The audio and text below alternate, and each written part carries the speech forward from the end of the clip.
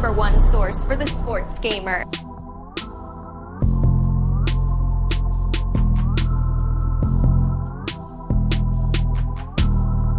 Welcome back, sports gamers. It's the Natural with a ton of Madden 17 live gameplay out today. I want to give you my first-hand impressions of the game from EA Play. Not really going to touch on things I already addressed in previous videos, so check out our Madden 17 playlist for those. Starting off with the offense, I want to say that the offensive pocket is really developed this year and the pressure is coming. The defensive ends really get up the field this year and force your QB to step up into the pocket. On all Madden with the Rams, add several sacks in the game. Aaron Donald is a beast. Speedy wide receivers are still as dangerous as ever. I caught a few deep balls on PA shot plays to fast wide receivers like Tavon Austin and Jerry Maclin versus slower corners. When scrambling out the pockets, QB seems a little bit slower this year. I really like this because I've seen immobile guys like Peyton Manning break 20-yard runs down the sidelines in the past. I don't think we'll see the immobile QBs doing so much damage on the ground this year. The pass lead is definitely better. I felt like I was able to lead the ball on bullet passes to spots I wasn't able to previously. But the QB does make a difference. I wasn't able to lead the balls effectively with Jared Goff as I was with Alex Smith, and this was confirmed by Rex. I mentioned to him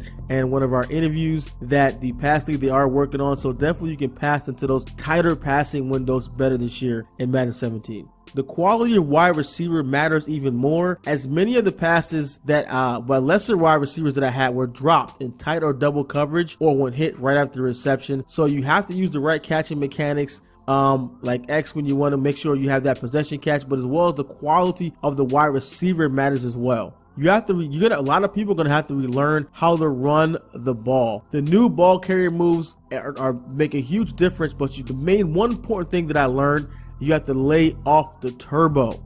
So many running plays I messed up by smashing the turbo as soon as I got the ball. The ball carry moves are nice, but you really need to master them because the window you have to do each one varies. So you have to know which is the best move to use in which situation. Really deep mechanics going to take a while for people to get a fully grasped on there and master the new ball carrying move, when to do what moves, and also most important thing, lay off that turbo. Seriously. The blocking's improved, but it really depends on the matchups. Top DEs and DTs wreak havoc in the running game. The open field blocking is really good as pulling guards and wide receivers downfield, find their man, and make really great blocks. Although the O-line blocking was nice, the blitzes really worked well this year. I ran a few zone and man blitzes, and the blitzes came in how they were supposed to, how they were drawn up. I could definitely see myself being more aggressive with blitzing this year, as the major threat of the aggressive catch is not as serious as it was last year, or really not at all if you use the swap mechanic.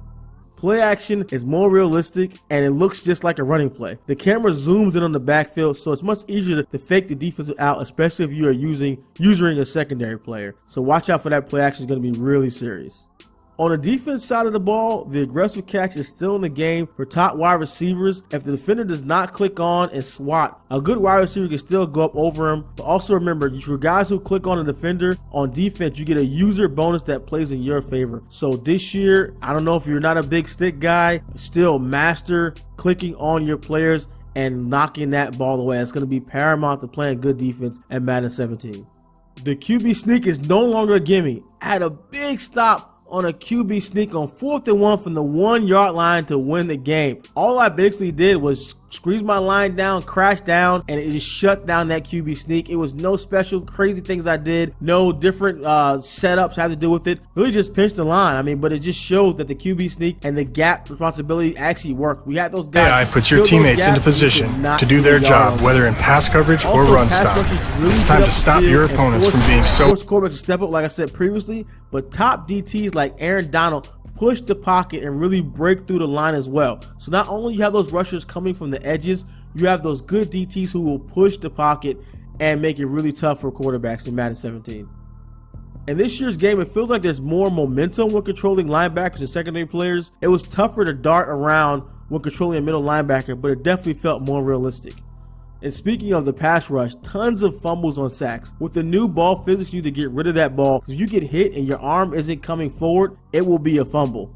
It was crazy. Like, we see some big hits on quarterbacks and some strip sacks there. You have to get rid of that ball. It's dangerous in the pocket, just like it is in the NFL. The new ball physics are great and look realistic. You can never really tell exactly where the ball is going or where to pick up a fumble recovery. There were a couple of times where I had my guy would pick it up. For sure my guy would pick it up, but the ball squirted out and someone else recovered the fumble. But after you've probably already seen in some of the other live gameplay there, you can now skip all cutscenes, which is cool as it gives people some options to watch the replays or cutscenes quickly, or they can just get on with the play. For the special teams, there are various different blocks you can go for on special teams. You can choose the block left or right, which just gives you different options of what edge you want to come off of. The kick meter stays there the entire time, but you have to hold wherever direction you want it to go, and there's vibration feedback on the controller to this. I missed a few extra points as I got used to the new meter. The normal, high kick, or backspin kick all have different effects on the ball. With the new kicking meter, blocks, and fakes, special teams playing Madden should have a much bigger impact on the game. Let me know any questions you guys have below in the comments. I will address them. I'll also be making a CFM impressions video, but I want to get more hands-on time with the CFM mode and break that down even further for you guys. So stay tuned for that, and make sure you subscribe and like for more Madden 17 content. This is The Natural Sports Gamers Online. I'm out.